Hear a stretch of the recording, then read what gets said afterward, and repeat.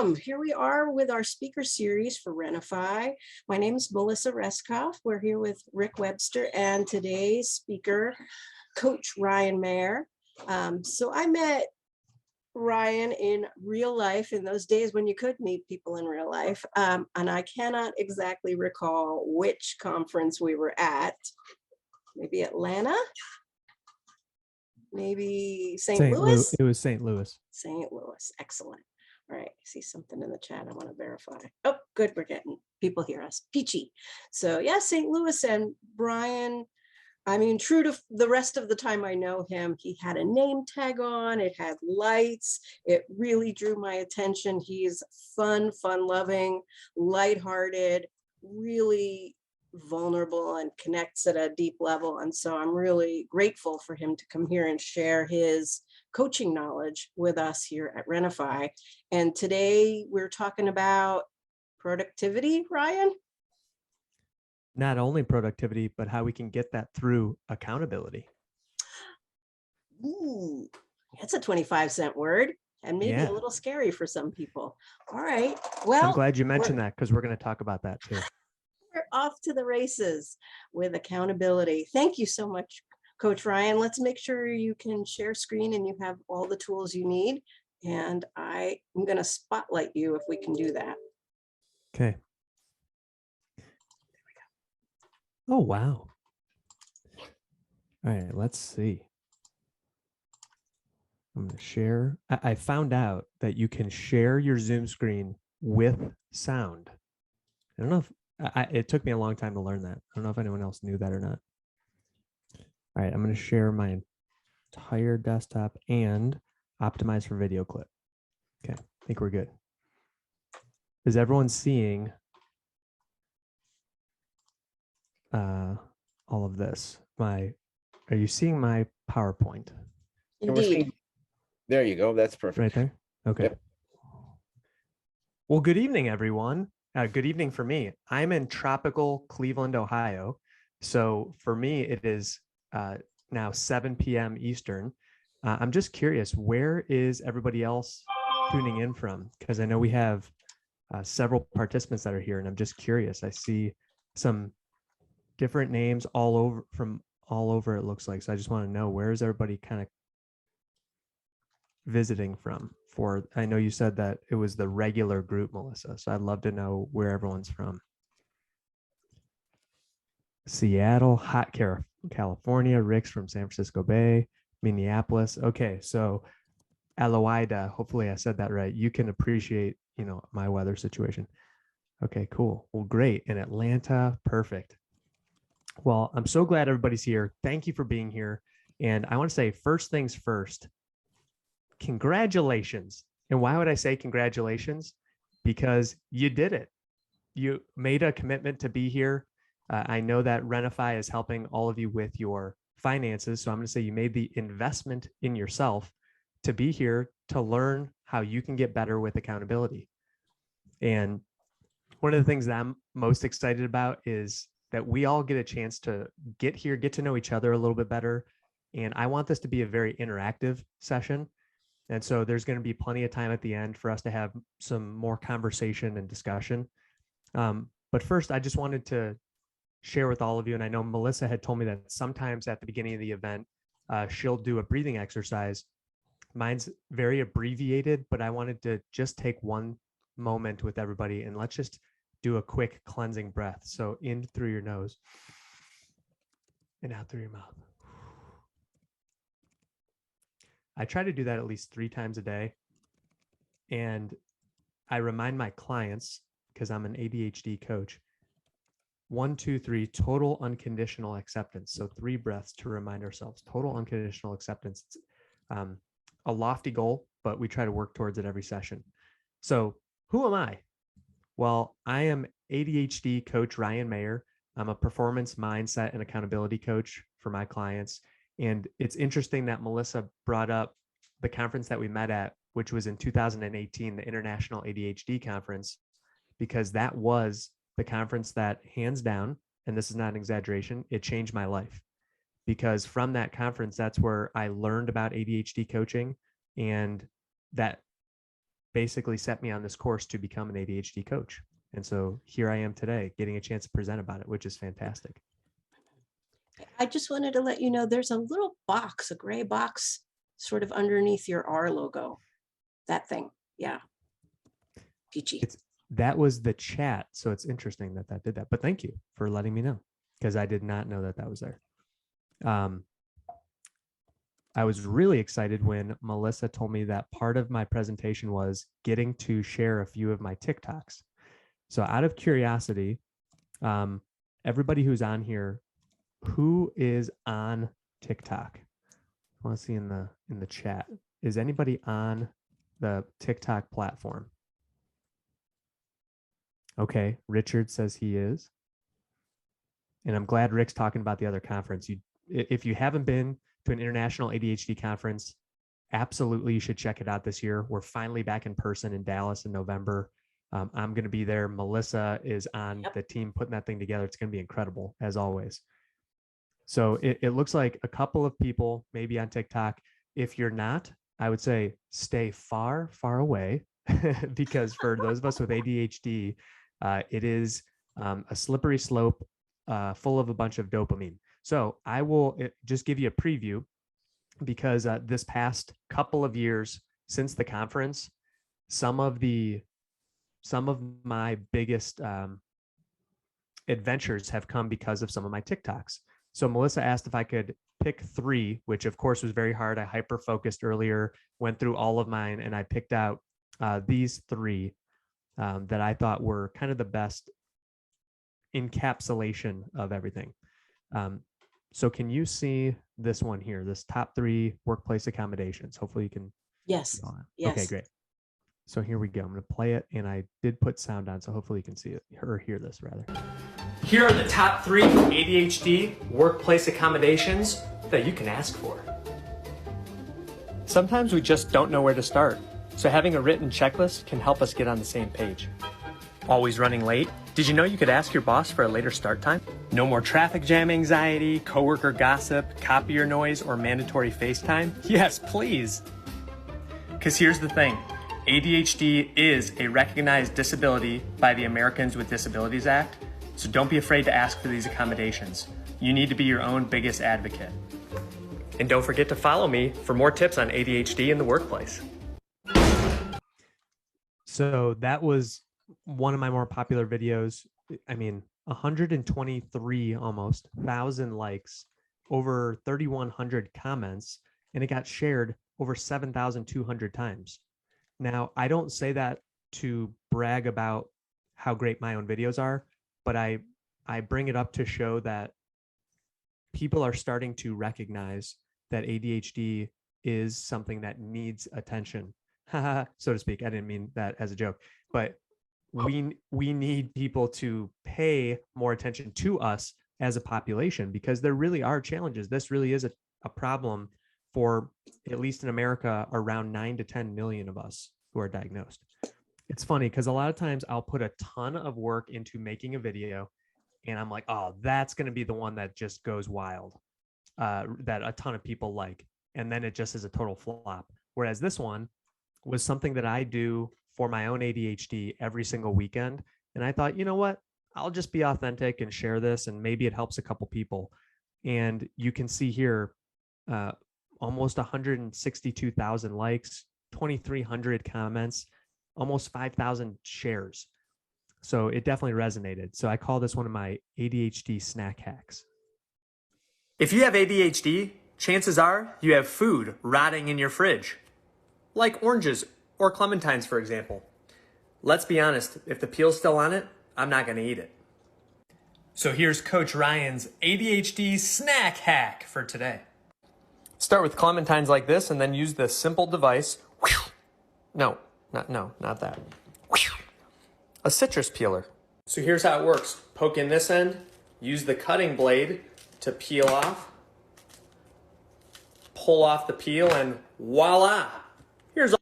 So now, when, not if, I'm running late to that meeting, was going to the fridge, I see where they are, grab and go. So that was literally it. I'm just like eating eating oranges for my lunch, and that video went fairly viral. So it just shows that there's certainly a demand out there, and a hunger, pun intended, for ADHD content. So I wanted to just, Melissa had asked me to share a couple of my videos. If you are on TikTok, I'm on there as ADHD Coach Ryan, so you can feel free to check that out. But that's not what we're going to be talking about today. Today, we're not going to be talking about insanity either, but I wanted to start with that. Insanity, you've probably heard this quote before from Albert Einstein: doing the same thing over and over again and expecting different results. And for many of you who are enrolled in the subscription with Renify, you're probably coming here because you are having challenges, especially when it comes to money management with ADHD or other neurodiverse challenges. I know that for a lot of my clients, money management's been a huge challenge for them. And they keep doing the same thing over and over again. And then when they're ready to make a change, they can come to a coach, they can go to a therapist, or they can come to a place like Renify to learn these tools and techniques. So the question is, why does this always happen for our ADHD brains? Why do we always keep struggling and doing the same thing even when we know it doesn't work? For example, I was just saying to Rick and Melissa right before we started that no matter how many times I've presented, I'm always frantically running around right before the start of it, just trying to get everything in place and getting nervous about it and all that stuff. But it just tends to happen. We program our brains a certain way. This was a quote, and actually Jessica McCabe mentioned something about this in her speech at one of the ADDA conferences. But everybody is a genius.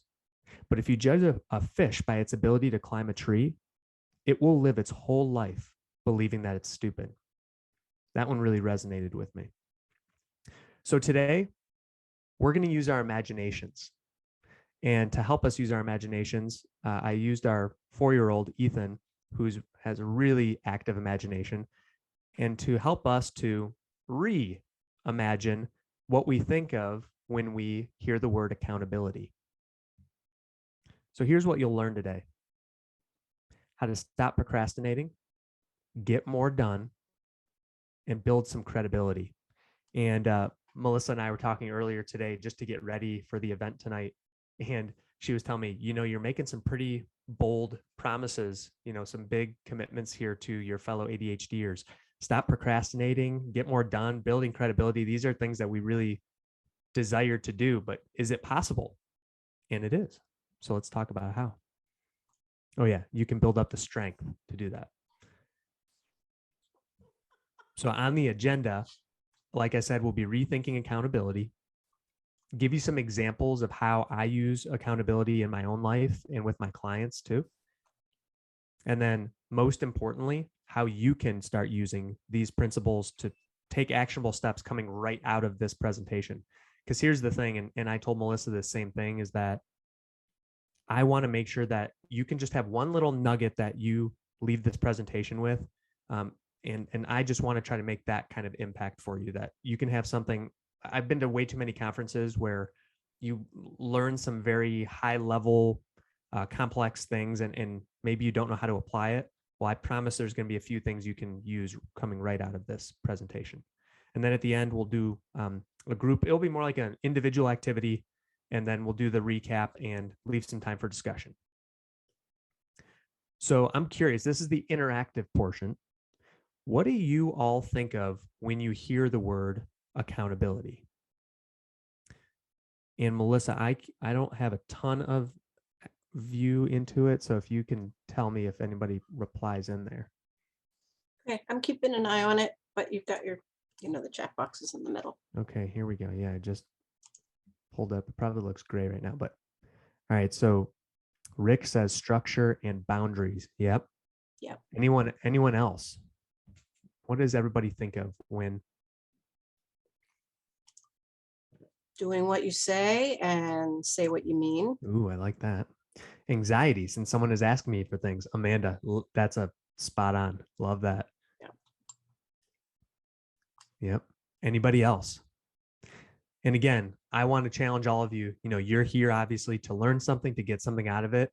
and it'll be way better the more actively you participate. So that's going to help me Mhm. to tailor this the best I can to all of you.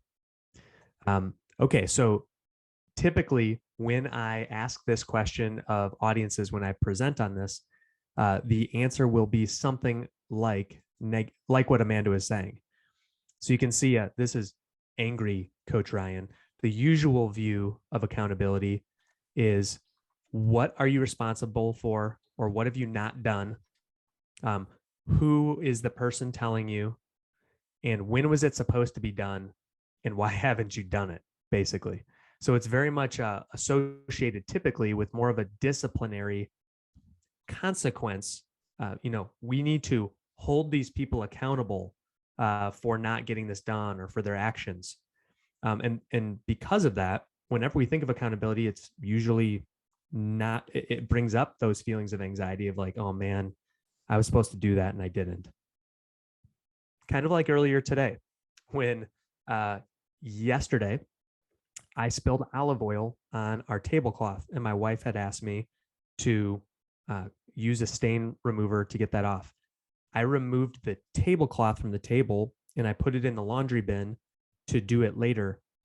Then I avoided it. Then I forgot about it. So then today she goes, hey, I washed the tablecloth. What kind of stain remover did you use? Because there's still a huge stain. And I just got these big eyes. I'm like, I didn't use any because I totally forgot to wash it or to put the stain remover on. So I felt the negative consequences of, being held accountable. And so we're going to reframe how to look at that because we don't want you feeling the way that I was feeling earlier today. So how do we reframe it? So we'll go from this view of it, because that's bad. We don't want that, to this, the helpful, nurturing kind, where you partner with the folks that you work with. So now, instead, we look at what are we trying to accomplish? Who all is going to be involved? Why is it important? And then when do we all agree upon getting it done? So that's really the key, is making sure that everybody gets on the same page. So we just talked about that, what and who. And so someone just made the point earlier, very similar about, do what you say what you're going to do. There is a book that I read, it's called The Power of Accountability. And their definition of the book in there, I think it's by Henry J. Evans, if I remember correctly, making clear commitments that in the eyes of others have been kept and being held responsible for our actions. But that is when we come to the agreement up front that's what we're going to be working on. So I think that's where the big shift is we talk about it on the front end instead of at the end. So a lot of times if there's a disagreement, for example, at home, it might be because the interest or the end goal wasn't actually expressed by, whether it was the parent or the child or the wife or the husband. So it's really important to make sure that we talk about, all right, well, what are our expectations here? What are we trying to accomplish?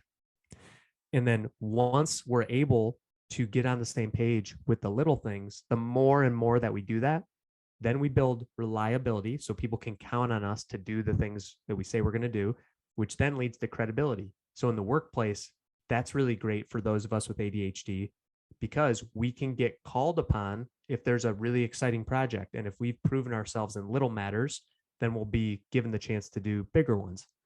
Or maybe if that promotion is coming around, now we might be, thought of in that category. Whereas before, if we were unreliable, we might not have been. So I've got great news and I've also got bad news. Which would you like to hear first? Okay, good. The bad news. Good choice. All right, let's see. I'm checking the chat. We have anything in there? Okay, just checking. I know Melissa said she would tell me if there's. Rick says when accountability is reciprocal, I think it works better. Yeah, exactly. And that's the thing is, and that's a great point by Rick too, because we don't want this to just be the disciplinary kind, because that is very much one way. And I can remember some of the jobs that I had in corporate where they would say like, you're held accountable for these results. It's like, well, that's not very motivating. It's more, motivation through fear, which is not sustainable. So, like I say, here's the bad news, which you can, they're very expressive. Nine, Melissa, I knew you'd get a kick out of that. So 9 days. 9 days represents how long the typical New Year's resolution lasts. And I'm sure that all of us can probably think of something that we pledged to do, as the ball was dropping some year. And then, a couple of weeks later, we've completely forgotten that that was our thing, or we just threw in the towel, like, all right, I'm not going to the gym anymore. I'm not, going to try to lose weight or pay down debt. We give up on it. We give into those impulse purchases. We chase the dopamine, right? So that is the bad news, that a lot of times resolutions fail. But there's good news. You're going to learn accountability. And why do I have a Swiss Army knife? So in case anyone's unfamiliar, because I actually haven't seen a Swiss Army knife in quite a while, but Swiss Army knives are known for, as you can see here, there are many uses. You've got a miniature saw, you've got a knife, you've got scissors, you've got a nail file, you've got a can opener, you've got a corkscrew, you got it all. So I find that accountability is something I use in pretty much every aspect of my life. And it's really helped me to improve results. So that's what really, it just inspired me to create this presentation, because I'm like, I think people need to see it in a different way. So here, let's talk about some of the benefits of it. It's going to reduce anxiety because now there's not that uncertainty. Oh man, like I wonder what my boss wants me to do on this report. Can you imagine how much different that would be if instead we had a meeting with our boss ahead of time to say, hey boss, what do you want to have on this report? Or even, again, like at home, I know my wife and I are very blessed to have 2 kids. We have another one on the way here in T-minus 2.5 months. But there can sometimes be anxiety around our house when there's a misalignment of what the expectations are of our kids and what they do. So for example, like, hey, when you're done with dinner, please take your plate to the sink and put it in there. And it's sometimes like you think we're asking them to make dinner for us. It's just like, take your plate to the sink.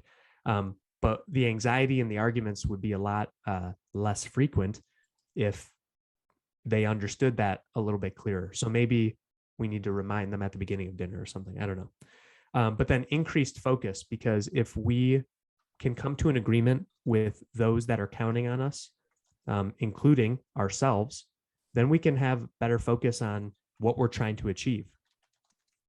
And knowing ourselves. So for this one, for example, I'll use today's presentation.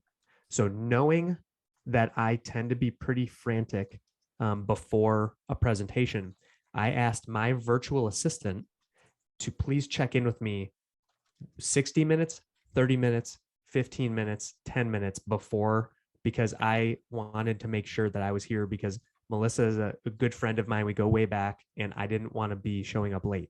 And so because my virtual assistant did that, and because I know where I have some weaknesses, she kept checking in, and I was able to get ready on time. So again, that is an example of accountability right there. So you've probably heard of accountability buddies or accountability partners. And this is one of my favorite quotes that I use. Can anyone finish this quote? Let's see. Has anyone seen this one? So teamwork makes. All right, let's see. Aloyda, Richard. Some of these folks are so good with these kind of quotes. Anybody know this one? Oh, okay. Yeah. Very similar, Rick. There it is. Heather nailed it. Okay, cool. So Heather is exactly right. Teamwork makes the dream work. Thank you, Heather. Ding, ding, ding, ding, ding.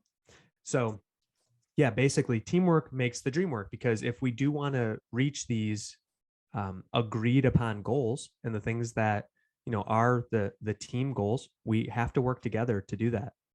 And just speaking of money, one of the ones, well, I'm not speaking money. Since Renify speaks about money, I know that my wife and I, we chose to take a 15-year mortgage on our house as opposed to the standard 30-year mortgage. Now, we did that because we have goals for our financial future, and we understand that we're going to have to make some sacrifices here in the short term, because to pay it off in half the time, you have to pay twice as much each month, pretty much. And we are both in it to win it as far as that goes. So we're having to have a lot of teamwork to make sure that that works for us. So speaking of my team, here they are. Well, on the top at least. So that's my beautiful wife Andrea, our son Ethan, and our daughter Lila. So how accountability helps me. The reason that I had the picture of them is every day on my phone, I have an alarm at 5:05 p.m. that says most valuable client meeting. And that's because that's usually when my wife and kids are about 15 minutes from getting home. And so knowing that our ADHD brains don't do the best job of transitioning, there was way too many evenings where I just got too caught up in, following up on stuff for my ADHD clients that I work with every day. And the kids would come home and my wife would come home, and then it would be like 15, 20 minutes before I ever emerged out of my office cave. So I started saying, you know what? They are my most valuable clients. And so I need to start holding myself accountable.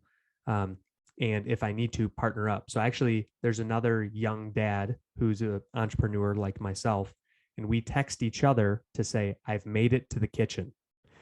So we do that, and it might seem silly, but knowing that I'm going to text my friend and we almost make it a game, like who gets to the kitchen or who gets like out of their office at the right time. So this is how accountability helps me. The reasons why I have a picture of me sleeping and drinking water is because I also leverage accountability for those reasons. So I actually have a group of clients and friends that I text or text me right around 9:30 p.m., which is the time I try to get to bed. And so I actually have like 2 or 3 texts that come in almost every day, like, hey, are you getting ready to wrap it up? Because they know, I don't know if you've ever heard of the concept of sleep revenge procrastination. But it's basically, it's the end of the day. And then we're like, wait, there's so many things on my to-do list I didn't do yet. And we try to get them all done.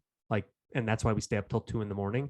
So that was always me. So I, knowing that, started enrolling other accountability partners to say, I need your help.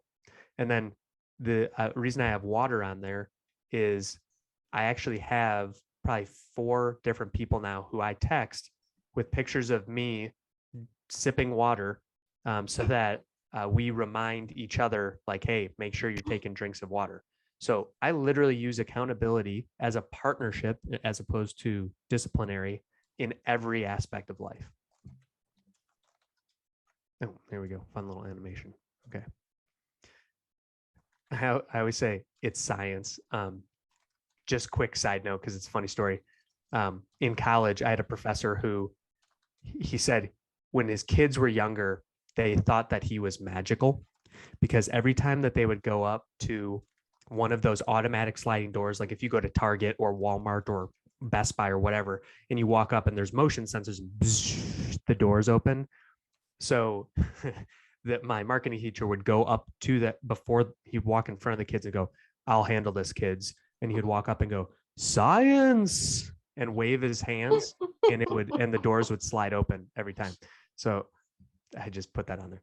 So what is the difference between these 2 things?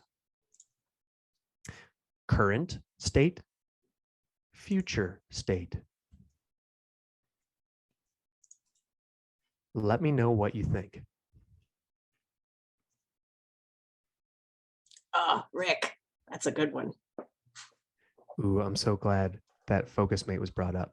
Anticipation. That's a good one. Anybody else? What would be the difference? What bridges the gap between current and future? Anxiety.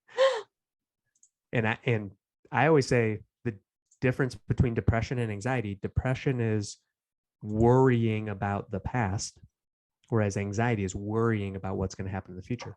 Anybody else? Current state not guaranteed, future not promised. There we go. That's an insightful thought too, Stephanie. Mm. Here we go. Sometimes nothing bridges the two. Ooh, wow. These are like much deeper answers than I thought. I'm loving this. Okay. So I take a much, I guess, simpler approach, and I say that it's action. So we actually have to take those steps to walk over the bridge in order to reach that desired future state. And sometimes maybe we're afraid of crossing the bridge, and that's where those accountability partners come in. And why should we have an accountability partner? Well, research shows that even the mere presence of another person improves human performance by 16 to 32%. And I know that Aloida, I'm sorry if I'm not saying that right. Aloida, thank you. Thank you. Aloida mentioned FocusMate. And this is actually, I pulled this data from the FocusMate like About Us page, that it can increase it 16 to 32% just having another person there. And the reason why is that it's in our DNA. And so if you think back to the Stone Age, or, when we were hunter-gatherers traveling across the world, if you didn't do what the rest of the pack was doing, you'd be kicked out of the group and you had to survive on your own. So that's the concept known as mirror neurons. It's like when you go into a bustling Starbucks shop and like everybody is focused on their computers and you're like, you know what? I kind of want to do that too. I want to be like everyone else. Or if you go to a library and it's quiet and you feel like you want to focus too. And like I said, mirror neurons, and the powerful data back this up. And that's why FocusMate even exists. And it's incredible. If you've never heard of it, it's a really good website. So how to start using it? Making these commitments, time blocking, which I'm sure everyone has probably heard of that, but it's like, hey, if you say you want to do something, actually picking a time to work on it. Because that's one of my biggest challenges. And I bring this to my clients too, is if they give me a list of things that they want to work on, I say, that looks great. So when are you going to start? And like, what's the time you've set aside to work on these things? And then having a daily recap. And the reason why is this helps us to see, did our actions match our intentions? And did we get the results that we want? And so that's how this daily recap, where I call it the to done list as opposed to the to-do list. So what did you get done today? And then you can see, did it match up against my results or not? And then Ryan recommends, so FocusMate, and also I'm sure many of you have probably heard of Time Timer. That has been a huge help for me to help to make time more visual for the ADHD brain. So if you're looking for accountability partners, here are some of the traits that I recommend. Someone who wants you to be successful, who's serious about getting down to business, and then also have other goals to work towards. Because if someone else doesn't have something that they're trying to do, they're not going to have that same investment into wanting you to be successful. I will put an asterisk on this, though, that I usually recommend to my clients not to depend too heavily on your significant other as an accountability partner. And I'm not being facetious in this way, because I think if we are asking a lot of our spouses, it can be challenging, and it can move towards what Melissa Orloff refers to as the parent-child dynamic. And there's just, like, for example, when my friend Mike, who's one of my bedtime accountability partners who texts me, when he reminds me it's time to go to bed, it hits me a lot differently than when my wife says it's time to go to bed. So I think you can all relate to where I'm coming from there. So this is the interactive part of the portion here. So I would love to just take a few moments and have someone type in the chat, how could accountability help you? So it's not necessarily a small group activity, but I would just love to have you type in here, what important task have you been putting off? And this is a great place, as Melissa mentioned, I'm all about vulnerability. So this is, how much do you want to risk by being honest with the fellow participants? And this is the part where, it is really good just to put it out there because it's going to help if you get it out of your brain and type it down. So what is something that you've been putting off? Okay, I'll go first. Gathering my expenses for my taxes. Rick, can you help me, please? It's something that I've known for several weeks. And today, since my wife was off work today, she sat down and we body doubled and we painfully went like month by month through all the expenses. Yep, Amanda says she can relate to the taxes. Is there something else, anybody else out there? Many times for my clients, it can be eating healthier, getting to sleep on time, getting to work on time, getting. I love this in the chat, unpacking boxes. Boy, yeah, Amanda, thank you. That's a choice really move. Yeah, that's a really good one. And that's something that, for example, going to a focus mate session, or if you're part of any other kind of accountability group, because I know Renify, you all offer lots of different resources for accountability purposes. I mean, you can leverage accountability groups, body doubling for whatever you want. So even if it's unpacking boxes, like, don't be embarrassed about it. If you're not going to do it on your own, find a way to get a friend to help you. And again, I wanted to make sure we left some time because I'm just glancing at the clock here. Mhm. Does anybody else want to dare greatly and put something into the chat as far as a task that, or a project or something that you'd love to make more progress on? So Yeah, Ryan, there we go. I did want to throw out there, Yeah. full disclosure, Aloyda is an accountability partner for me because I wanted to have a meditation habit and wasn't getting any closer on my own. So we meet a few times a week and meditate together. Fantastic. And thanks for sharing that. This is great. Let's see. Oh, Richard says, but almost everybody has investment possibilities that will pay more than. Yep. Okay. Oh, there we go. Okay. Well, that's good to know. Tomorrow is accountability. Well, good. Okay. Lots of details. All right. Good stuff. What else? Are success groups the type of accountability partner too? Yeah, without a doubt. Melissa was telling me a little bit earlier about some of the resources that you offer to everyone who's part of Renify. Absolutely incredible. And it was a great fit. We didn't even mean to, but I'm like, yeah, this is going to line up perfectly with, everything that I will be talking about. so another thing that we're looking at doing together, Aloyda and me, is some exercise time. Yeah, and this is something that I should have pulled. I don't want to go into my phone, but I have two of my clients and we are stretching accountability partners because I tend to always forget to stretch. So we will literally send pictures of like us like grabbing our feet and being like here I am, I'm stretching, because I tell them, if you don't see a picture of it, like I like make me prove it, because I'll be like, yeah, I'll stretch, and then I don't. So even something that simple. So as a quick recap, how I use accountability, every single thing. Like, people have asked me, if you're going to write a book, what would it be? And I would say the ADHD Accountability Army or something like that. But basically, I use it for everything from waking up on time, going to play basketball in the mornings. Like, I sign up so that they expect me to be there.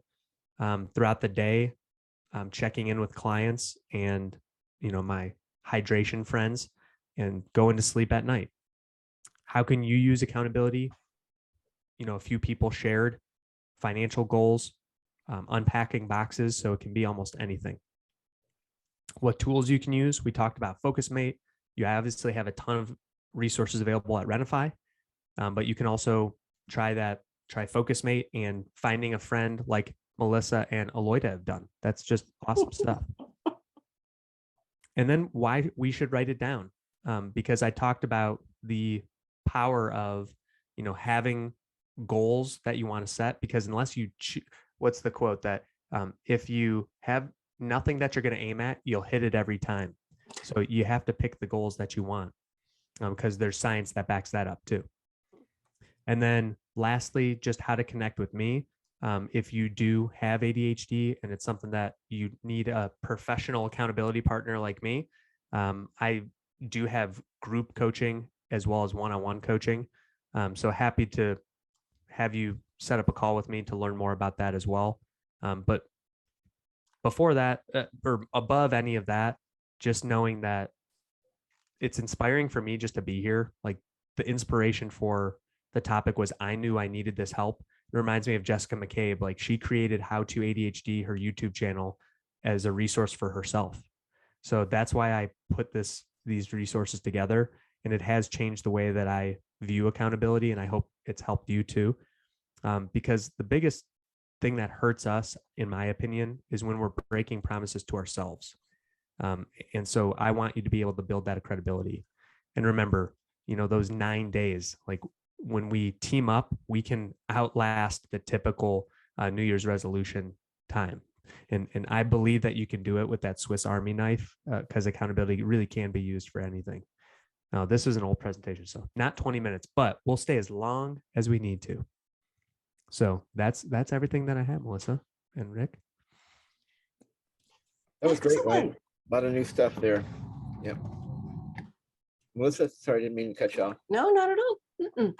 All right, let's see what we just have the three of us out here. So we're looking to take some questions and have a discussion. We can easily open up some microphones, and if you raise your hand, we'll call on you.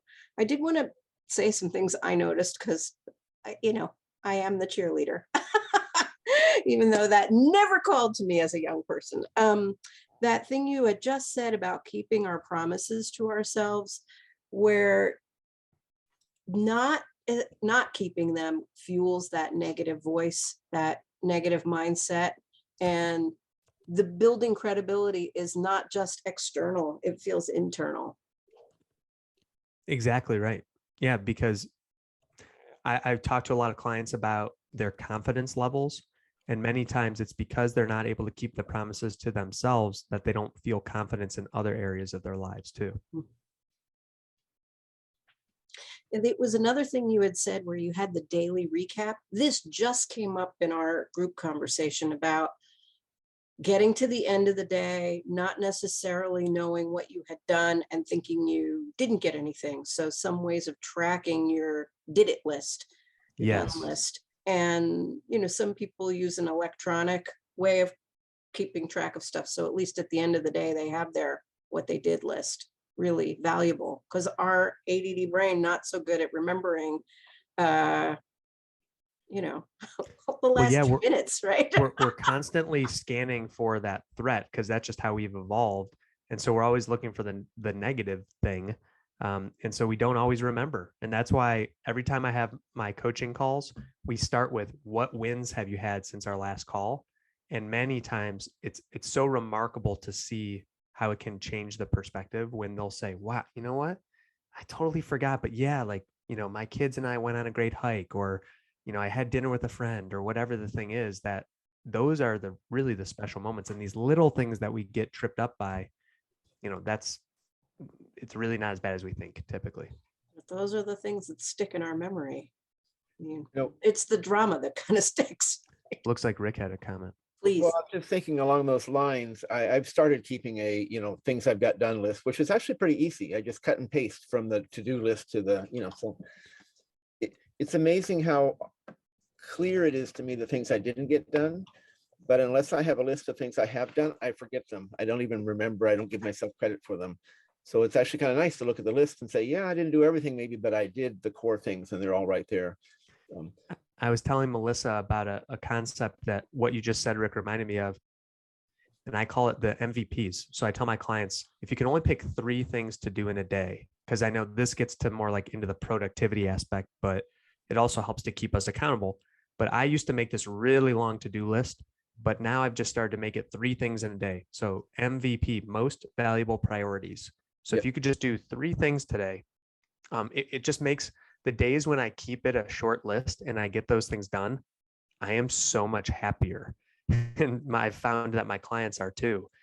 So yeah, I totally agree with reviewing those wins is so important.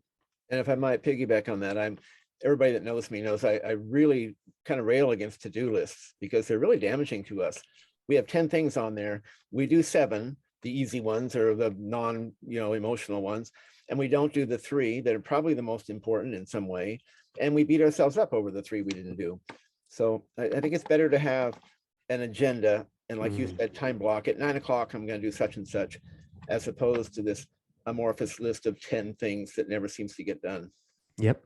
Because you were talking about copying and pasting, from the accomplishment side, and how many times have we taken that we keep carrying over the tasks from the to-do list from day to day to day. But that's where I started boiling it down to that MVP, and then things would get done. And then when I have one accountability partner who's been with me for probably 3 years now, we text each other every day. What are your MVPs? And he would call me out if the list got too long. And the agreement we came up with to make a positive consequence is if I don't send him my list of 3 things by noon, so I give myself that ADHD time to, get up and get going. But if I don't send it to him by noon, I have to send him $4.99 on Venmo if I don't send it to him. So that's like our little agreement. That's perfect. A little negative consequence, which is really good. It's just enough. And it's mostly, a long time ago, we used to do these Malibu Grand Prix races. My friend and I, we would bet a nickel on the race. And it was just enough to make it real. Yeah. I'll bet you that if you were to get 3 important things done every day, you'd be far ahead of most people. Oh my gosh. Not. Without a doubt. Yeah. Yeah. So I wanted to underscore a couple of things about your strategy, the texting, about even that thing about am I in the kitchen, and that it was a little bit gamified with your buddy. Yes. It had the friend influence on it. It took it out of the realm of in your marriage being reminded that there was just a lot of wins inside that. And we've been talking about this accountability amongst friends and how there's a little bit of juice. There's a little bit of happiness that comes from the interaction with the friend. So there's however you're talking about the accountability, and there's this positive and community building aspect of that you're talking to that person all the time, right? Exactly. And I mean, Rick mentioned it earlier in the chat of saying like it's a 2-way exchange, and that I really do feel genuinely like I'm getting chills right now when I think about my friend who he and I text each other every day what we're working on without even having a phone conversation for months at a time. We'll have a very good like pulse on what the other person is doing and what they're accomplishing. And I'm just so proud of him, like the growth he's had and vice versa. So we've come to really depend on each other, but in a really positive way. So we get to kind of celebrate. And when we do little things, he's like, great job. And, vice versa. So yeah, I love that. There is more juice in it. Doug and I, my husband Doug and I, we used to do circuit training at a small studio. And that thing where other people who are holding the space for you or encouraging you or part of this accountability, that they have a piece of your success and you have a piece of their success. It feels like a lot more than just conquering the world, right? That it's us. There's some usness that really has a lot of. And I love that point, because that gets right back to kind of my earlier slides of reframing and reimagining the accountability. Because like, let's say if it's, completing some kind of administrative task or whatever, getting it done is not, I don't just get the dopamine for me, because now I get that extra, like what feels almost even better sometimes is being able to go back to my accountability partner and report the fact that I got it done. And like, it feels so good to do that. So like having somebody cheering you on all the time is really good, especially for those of us that struggle with that rejection sensitivity. So it's like you're right, tapped in. That was the very latest share. Having accountability is good to get back on track when I fall off the horse. But I find I have to be careful about having rigid people as partners, and this choosing who it is. This is really, I'm in an exploration about this myself. I have my own personal inquiry where you have to trust people. And it's not like I just met you and I trust you. right? You and I have years of being friends. So if we Mhm. started being accountability buddies or friends around a thing, there already is some trust there. And I think that's important. What are you going to say, Rick? Well, in my years of doing CHAD and now ADDA support clinics, a lot of people say they want an accountability partner, but what they really seem to want is someone that's going to help them. And they're not really thinking about it as a reciprocal relationship. And I suppose, you could pay a coach, and that's reciprocal because you're paying and they're helping. But the ones that last, these accountability partners, they're exactly what Ryan is talking about. You're helping them, and you're getting that good feeling from that, and they're helping you by making sure you quit work on time and all those things, whatever it is. So I really think they need to be reciprocal, and that's harder to find. And like you said, trust is important. Trust is built slowly over time, right? Yeah, it's to use an analogy that I know you'll appreciate, Rick, and all of Renify will. I mean, it's really deposits into that account, into that trust account. And then when you do need to make the withdrawal, or if they're going through a tough time, like, it's built up. So you understand if the person pushes you, that it's okay, because you know that they have your best interest in mind. And one example, like I was just sharing earlier about how getting ready for this presentation, I always have that negative self-talk that comes up.